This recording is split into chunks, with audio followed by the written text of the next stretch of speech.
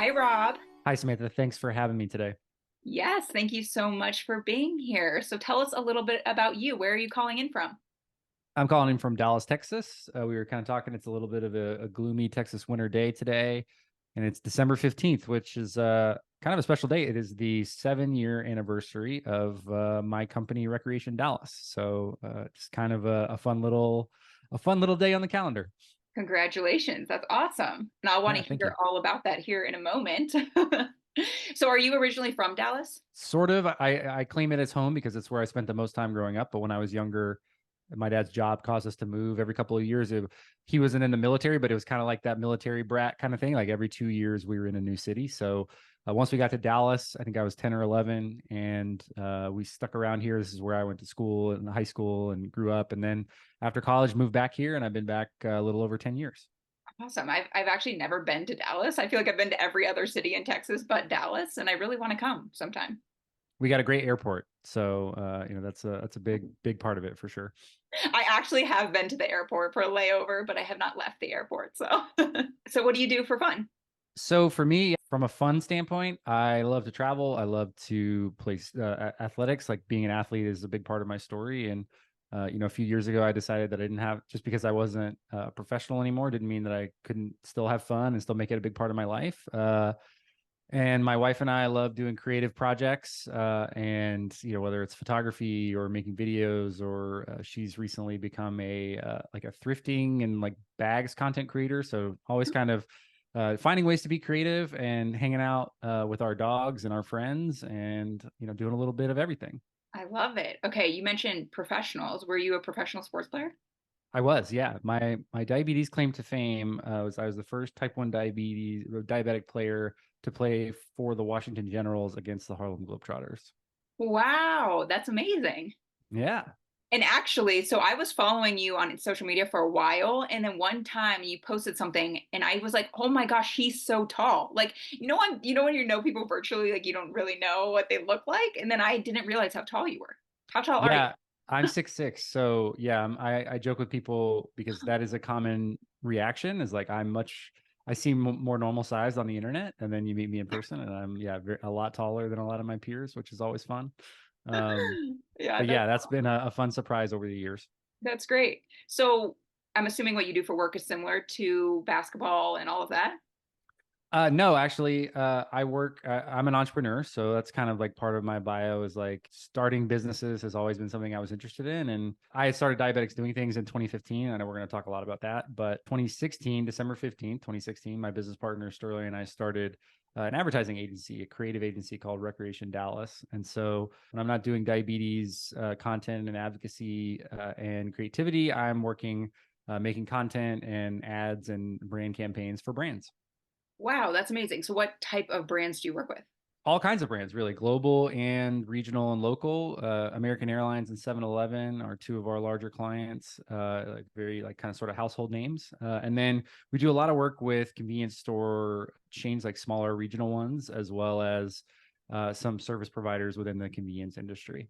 Wow, that's amazing. I do a little bit of marketing work too, so I always appreciate other marketers, and yeah, that's awesome. That's really great. So tell us about your type 1 diabetes diagnosis story.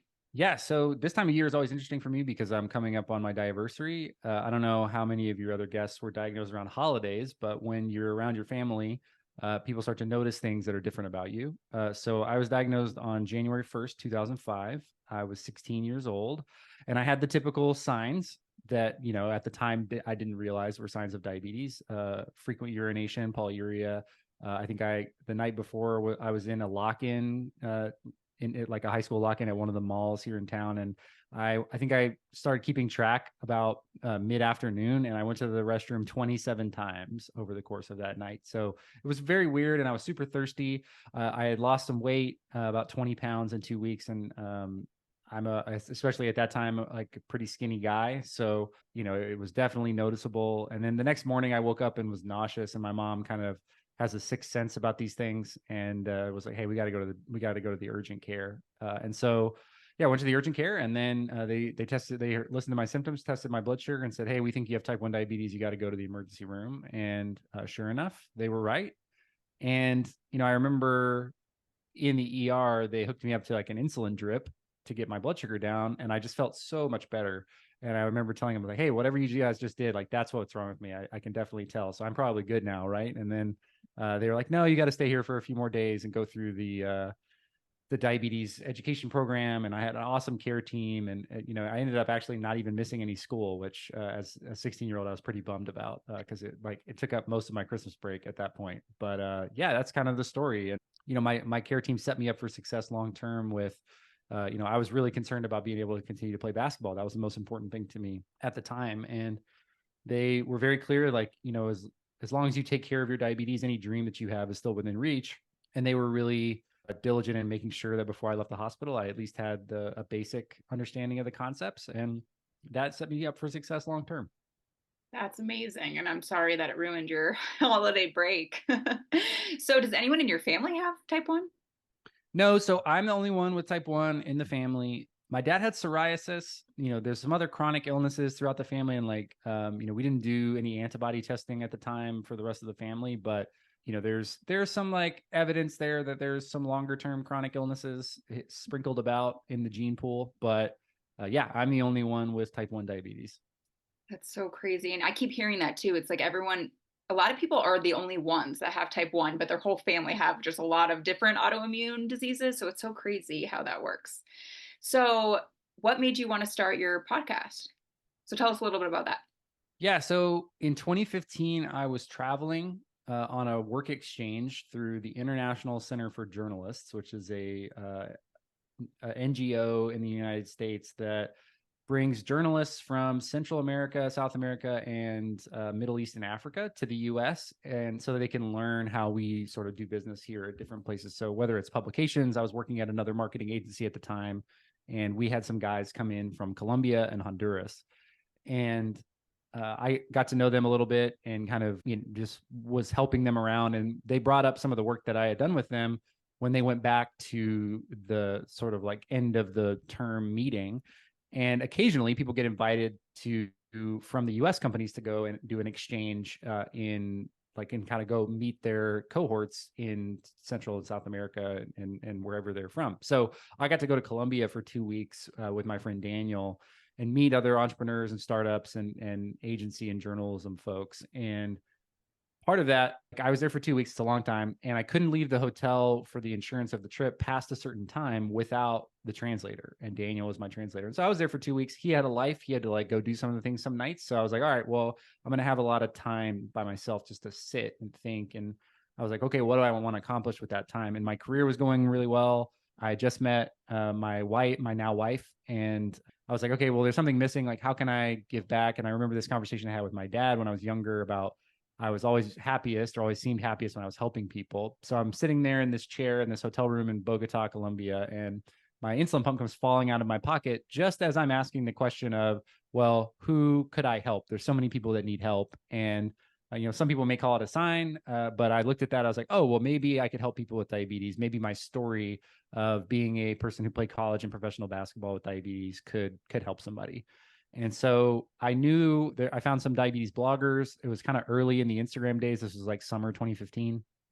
And I was like, if I become a blogger, that's a great way for me to write exactly 0 blogs. And so I just knowing myself and knowing my kind of like procrastinator writer brain, I had just listened to Serial, the podcast, at the end of 2014, kind of like when it had that big viral moment. And I was curious about podcasting. And I thought, okay, well, I'm going to do 10 podcast episodes. And if one person reaches out and says that this helped them or they liked it, then I'll continue to do it. And so we're now 2023, the end of 2023. We're still doing the podcast. We had over 50 episodes this year.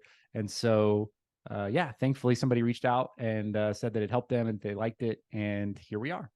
You've had like a ton of listeners, ton Yes. of downloads. Yes. So yeah, over 2 million over the course of the 8 years. And yeah, I don't know. It's been awesome, and like all over the world as well. So basically any English speaking country, and fortunately for me, like English is widely accepted. So people love podcasts all over, and so I think 80 countries and 2 million downloads all time, and we have a really great group of engaged listeners. And even this year on Spotify Wrapped, we had like 75 people. We were their number 1 podcast. So that was really cool just to be like, hey, there's a small group of people who really ride for us and listen to our stuff. Yeah, that's amazing. I've listened to a few episodes too. They're great. So who is like your favorite person you've ever interviewed? Oh man, that's a tough thing. I don't necessarily want to play favorites. I would say that there's two people that come to mind. The first is Gary Forbes, who was the last person with type 1 diabetes to play in the NBA. And I was in college in Colorado. He played for the Nuggets and the Raptors when he was in the NBA. But when I was in college, I read an article in the Denver Post, and I was going through a really rough time in my basketball career and with my diabetes, actually. And I read this article in the Denver Post of, hey, Gary Forbes is playing for the Nuggets and he has type 1 diabetes. And so, being able to see him do that 50 miles away was like, oh, okay, really, I can do this. And like, so I'm a big advocate of like sharing your story because you never know who you're going to reach and when. And so Gary and like becoming friends with Gary over the years, we actually did a clinic in Denver in September called Diabetes Legends, and he came out and we had like 50 kids in Colorado in Centennial. We had like an awesome just basketball clinic day, and so now getting to be his friend all these years later, when he didn't even know his story was inspiring me to chase my dreams and do try to live my life with diabetes the way I wanted to, was really cool. And then my friend Jeremy Robertson also is awesome. He's a pilot in Australia, and he was one of my first like favorite interviews of like, oh wow, we're really doing something interesting, because he was diagnosed with diabetes at age 31 with type 1, and he was already a Qantas pilot. So he was flying from Australia to the United States on a regular basis.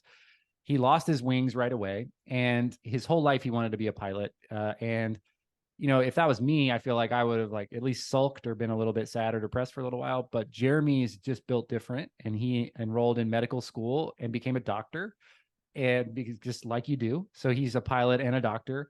And over the last few years, he has worked with the aviation associations and also these smaller cohorts of type 1 pilots throughout the world to help pilots with type 1, commercial pilots with type 1, get their wings back and be able to fly commercial aircraft again.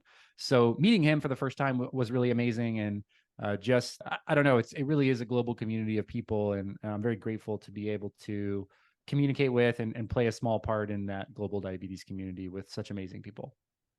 He sounds like an amazing guy, and I'm right there with you. I would have been like crying. I would have been upset. I would not have went and got a medical degree. So props to him. That's Yeah, absolutely crazy. 100%. Yeah, it's super inspiring. And now he gets to be a part of other pilots getting their wings back. And that's just pilots are a different breed. They like really love flying. They really love aviation. And so to be able to get back to doing what you really love to do is super important.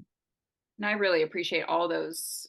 I don't know if celebrities like the right word, but all the famous people, the sports players that really talk about their type 1, because it does make such a difference for like the little kids. And it just, I don't know, it's just so nice that they do that for them. Well, I think it's interesting. Like everybody's story is different. Everybody wants something different. Sometimes being an athlete or an overachiever like doesn't resonate with people. But I think that's one of the positives of the diabetes community is you can discover someone who wants to start a podcast, or somebody who wants to be a yoga instructor, or somebody who wants to run a marathon, or somebody who just wants to learn about going to college or traveling or flying across the country. And I think that's super important. Like whatever your dreams are with diabetes, like, they could be small. They're still important. You may not want to run an ultra marathon. I get it.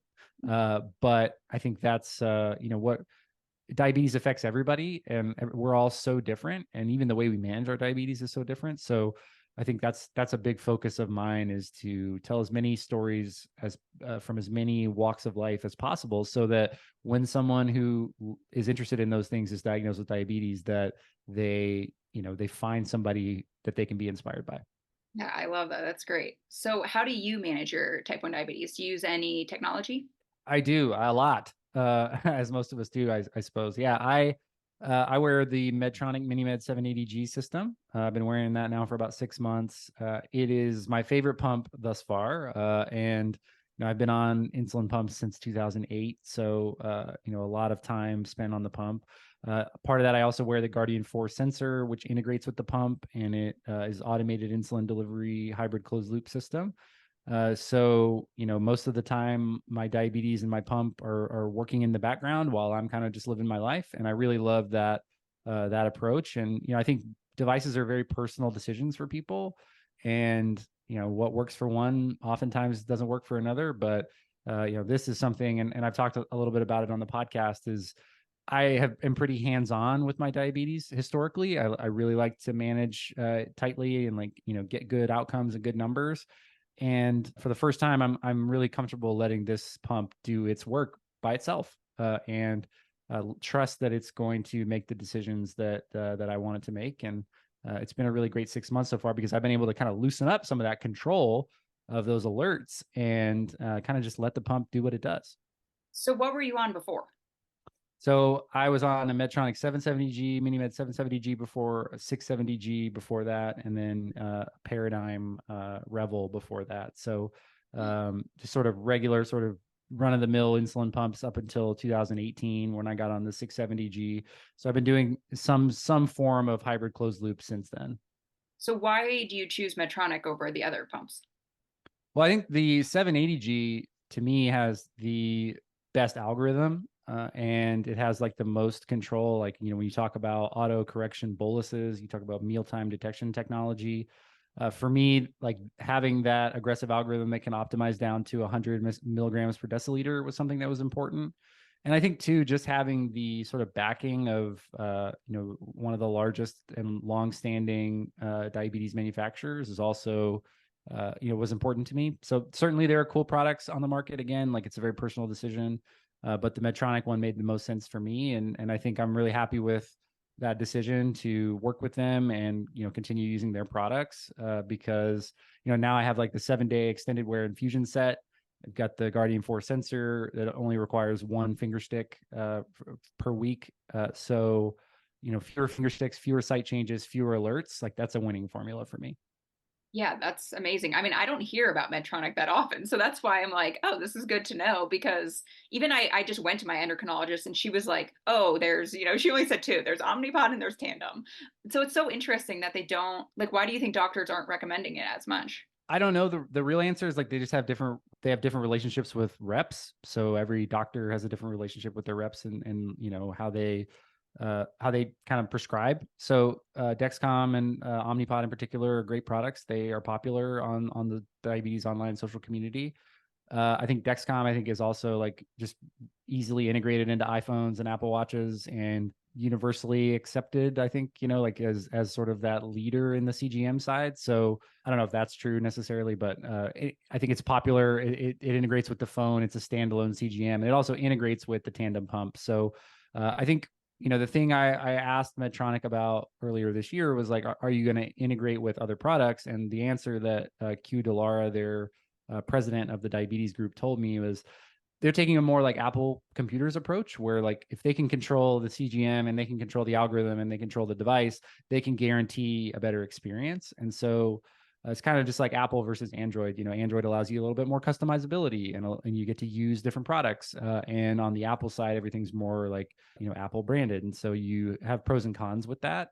So I think, again, it's a personal choice for the prescribers. It's also a personal choice for the patients. And I think just making sure, and that's one of the things I think getting involved in the diabetes community, finding information and like hearing from people either like me or just friends who have used some of the different products and have their preferences and are willing to share their experience, I think is really important. Yeah, I'm on MDI and I've been considering a pump. So I'm like, I haven't even considered Medtronic. So I probably should look into that a little bit. Well, I actually took a pump break last year and was on the InPen, which was originally made by Companion Medical and Medtronic now owns. And so you get all the same data that you get with a pump through the smart insulin pen. And so, you can see insulin on board and you can see carb ratios and you can see, all of your data kind of integrated with the CGM and their app. And, even MDI, like which most people are on, like most people treat their diabetes with multiple daily injections, even though it seems like pumps are really popular, Yeah. still a smaller percentage of the population. So, I think it's just like good. There's technology every day that's making life with diabetes, I don't want to say easier, but it's kind of relieving that burden of doing it all yourself. And you can get more technology, like better algorithms, more AI, like there's so many like diabetes helper apps or carb counting apps and like things that can help you get the information you need to have the control that you want. Yeah, absolutely. That's great. So, do you have any scary low stories?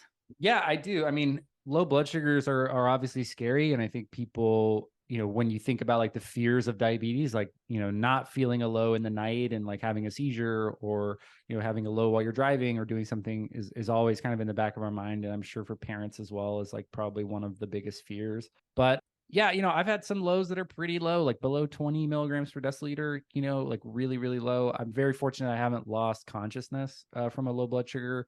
But the story that I tell the most is I went to Japan in 2015 on this solo trip, and I had really wanted to do that for a while and kind of experience, what Japan is like. And it's just an amazing place. And one of the things that you do is like a top TripAdvisor tourist thing is the Arches stop, which is in Kyoto. It's like 10,000 arches up this like hill, and you can go through them all. And they've been there for thousands of years. It's truly incredible. I thought it was going to be a little bit of a shorter hike than it was. And so I was just on my Paradigm 550 mini med pump at the time. So no CGM, no automated insulin delivery. And I blitzed through my low snacks. So I just didn't have, I ate them all. And I got all the way up. I'm at the top of the temple of the fox god. And I'm like, oh man, I'm sweaty. I'm feeling not great. I tested my blood sugar on my glucometer and I'm like 45. So I'm like, okay, I'm like a mile and a half from the train stop. There's like, I'm going to have to like suspend my pump, like, and then like figure out how to get down, or like ask somebody else around me like for some sweet drink or something.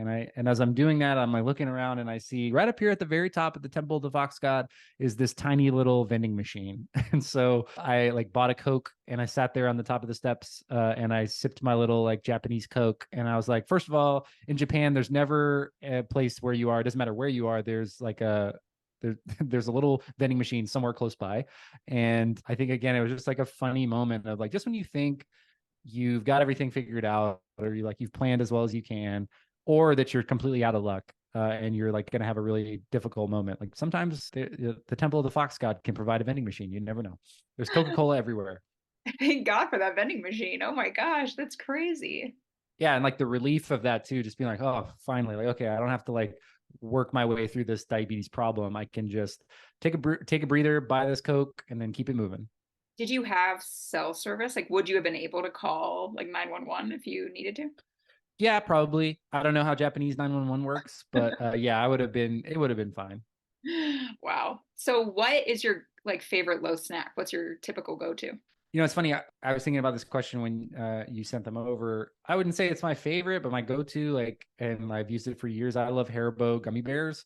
I don't love them. They're medicine to me. So it's like, where some people are like, oh yeah, gummy bears. I'm like, yeah, like I eat these all the time. So yeah, I just keep them in the pantry. My wife does an awesome job of kind of being our supply. She's our inventory manager of the family. So she makes sure that I've got those like ready at all times, and I carry them everywhere I go in my little crossbody bag, and my stasher bag in there is gummy bears, which, I need from time to time. So why that brand? I was like, I have Welch's literally right here next to me. Yeah. So I had never heard of the brand before. And then this friend of mine in college, she was like, oh yeah, these gummy bears are the best gummy bears. Like I just, they don't have them everywhere, but they're always the best. And I was like, interesting. I've like never heard of these. So I got her some, and of course I had to try them. I was like, oh, I really like these. So I don't know. I just like them. I think they're easy to eat. They're like 2 carbs each, so you don't have to eat a ton of them to get you back up. And hot weather, cold weather, like they, even if they're stale, they still work. So yeah, I don't know. I think they're shelf stable. They're easy to pack. They're not heavy. It's not, because I used to carry when I was younger like juice, but juice is like liquid, so it doesn't go through TSA. So there's all those things. So I think for me, it's just I don't know. It's shelf stable. It gets your blood sugar up, and the taste isn't too bad. It's not gluten-free though, and I'm unfortunately gluten-free, so I can't eat True. that. Yeah, I don't have celiac or any gluten intolerance, so I'm biased there. I think they do. I imagine they do have like a gluten free version, but yeah, the generic one is not gluten free. Yeah, unfortunately. So what do you think type 1 diabetes will be like in 10 years? It's interesting. There are people walking around right now who don't have diabetes anymore, who are in clinical trials for, some of the prevention bio, medicine, and they are on immunosuppressants, but their diabetes effectively is cured. So 10 years from now, I think there's going to be two paths. There's going to be an option where if you want to go that route and you want to say, well, I'd rather just take immunosuppressants rather than learn to manage diabetes, that'll be a route that you can go. I think the biggest hurdle for that right now is going to be how much does that cost? It's not a minimally invasive, cheap operation. It is certainly expensive and, I would say largely inaccessible. And then on the other side is, hey, diabetes management systems, kind of like the ones that we've talked about, in the past 5 years have come a long way. Like from the first automated insulin delivery system and like DIY loop in like 2018, 2017 to now, where we've got multiple options. You mentioned all the brands, more aggressive algorithms, more machine learning to help with mealtime. And you're looking at studies, a pediatric study in the MiniMed 780G, where they had a group that didn't bolus for mealtime. They just let the pump do what it does, and they still were able to get 70% time in range over the course of the study. So when you're talking about people who are having a hard time learning about counting carbs or forget to bolus, these new systems that are coming, or that are currently out and that are coming, based on what I've seen at diabetes events and kind of getting to be behind the scenes at some of these things, are less input from us, more machine learning, more better algorithms, more technology, and kind of taking that mental burden away from diabetes, to the point where 10 years from now they probably won't have to teach patients to how to count carbs at the hospital. You'll just have the CGM will do the readings, the pump will give the doses. There may be a true like closed loop where you have like glucagon in the pump as well, that they can get your blood sugar up or down depending on what it is. And so I think there'll be like a really nice pathway for if you want to continue to manage your diabetes. I think that's like my choice right now, is if I was given the chance to either cure my diabetes and take immunosuppressants, or just continue to manage my diabetes with technology, I would probably choose to continue, just because it's sort of the devil versus the devil you don't. Pretty comfortable with who I am and what I want to do with diabetes. And at the same time, if you didn't want to do that, or you had that option and you wanted to pursue the functional cure, I would encourage you to do that. Yeah, except it's the immunosuppressants. It's like, I feel like that just brings a whole nother issue. It's like you have to learn now how to survive with that. Like it's if you've already had type 1, I feel like I agree. I would rather just get a pump that can hopefully control everything. Yeah, you might still have to do some things, but just like a pancreas basically on the outside of your body. Yeah, I think that's where we're headed, right? And even if it's not a pump, even if it's just using more technology and multiple daily injections, if that's something, a lot of people don't want to be tethered to something or have like a bunch of things on their body. I was like that too, but I think for me, that's the choice that I'm making now, is to be on a tubed insulin pump that gets data in from the CGM, makes decisions on my behalf, and then basically all I have to do is make sure I let it know when I'm eating and give and bolus for my meals. So that's something that for me 10 years ago, which would have been 9 years into my life with diabetes, would be sound like the most futuristic, insane thing ever. And so like now I think, okay, 10 years from now, how different am I going to feel about what's out there? And I'm optimistic and hopeful. Yeah, absolutely. So, do you have any last tips for our listeners for somebody newly diagnosed? I do. Make a friend with diabetes. That's the biggest hack. It's so you can just learn so many things so quickly. It normalizes the disease. It normalizes all the challenges. Same thing for parents. Like make a friend who has a kid with diabetes, or cares for somebody with diabetes. So that I think is my number one hack. We did our diabetes legends clinic in Denver, and a lot of the parents stuck around with their kids and were kind of watching in the stands. And a lot of times in our lives with diabetes, we're the only person in the room with diabetes. Maybe you have a friend if you're lucky, or if you get to go to diabetes camp or a diabetes meetup, like you're for the first time, you're in a room with a bunch of people who have diabetes. And the thing at our clinic that I saw like a light bulb moment for many of our parents was there were multiple kids throughout the day who stepped out of the drills and they went to the med staff booth and they got a low blood sugar station. They checked their sugars. They got a juice box. They got a Gatorade. They got a snack. And then they went back in. And you can feel, when you're the only person with diabetes, you can feel a lot of shame around that. And so, what I challenge the campers to do, and I would really encourage your listeners to do, is to make a friend with diabetes, just to normalize how weird it is and how up and down it is, and just to not feel so alone when you're managing it, because you don't have to explain it to them. They understand. And diabetes is tough, but you can handle it. And I think a big part of that, and there are clinical outcomes and research to support it, that making friends with diabetes dramatically improve your outcomes across the board.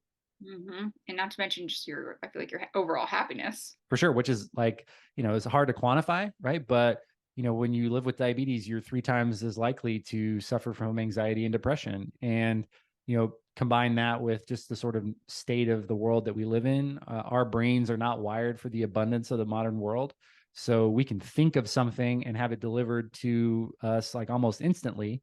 And our brains are not wired for that. 100 years ago, we were, still chopping logs and living without air conditioning. So it's so important to, take care of your mental health. And I think a great way to do that is just to have a friend that you can talk to about what's going on with your blood sugar and your diabetes. I love that. Well, thank you so much for being here. I appreciate it. Yeah, it was great to chat with you. And yeah, if you guys want to connect with me online, I'm very online. Just search Rob Howe Diabetes and I will pop up. And yeah, give us a follow at Diabetics Doing Things. We're doing more events next year and lots of really cool resources coming for people with diabetes. So keep it locked. You do your events all over the country? Yeah. So last year, this year, I guess this year, 2023, we set out to do 4 events, which we did. So we did a coffee shop meetup in Dallas in the spring. We did a virtual event with our partners at North Texas Food Bank in the summer. Then we did Diabetes Legends in Denver in the fall, which is our youth event. And then we just finished 2 weeks ago the Diabetics Doing Things Pickleball Classic, which was a tournament here in Dallas, Fort Worth. So next year we will do another event in Denver in the fall, another Diabetes Legends Clinic. So if you have a young person with diabetes in your life who is between the ages of 7 and 17, keep an eye out for that this fall. We're doing one in Dallas as well in the spring, and a lot of more exciting things for diabetes creators as well. So lots of things coming from us in this next year.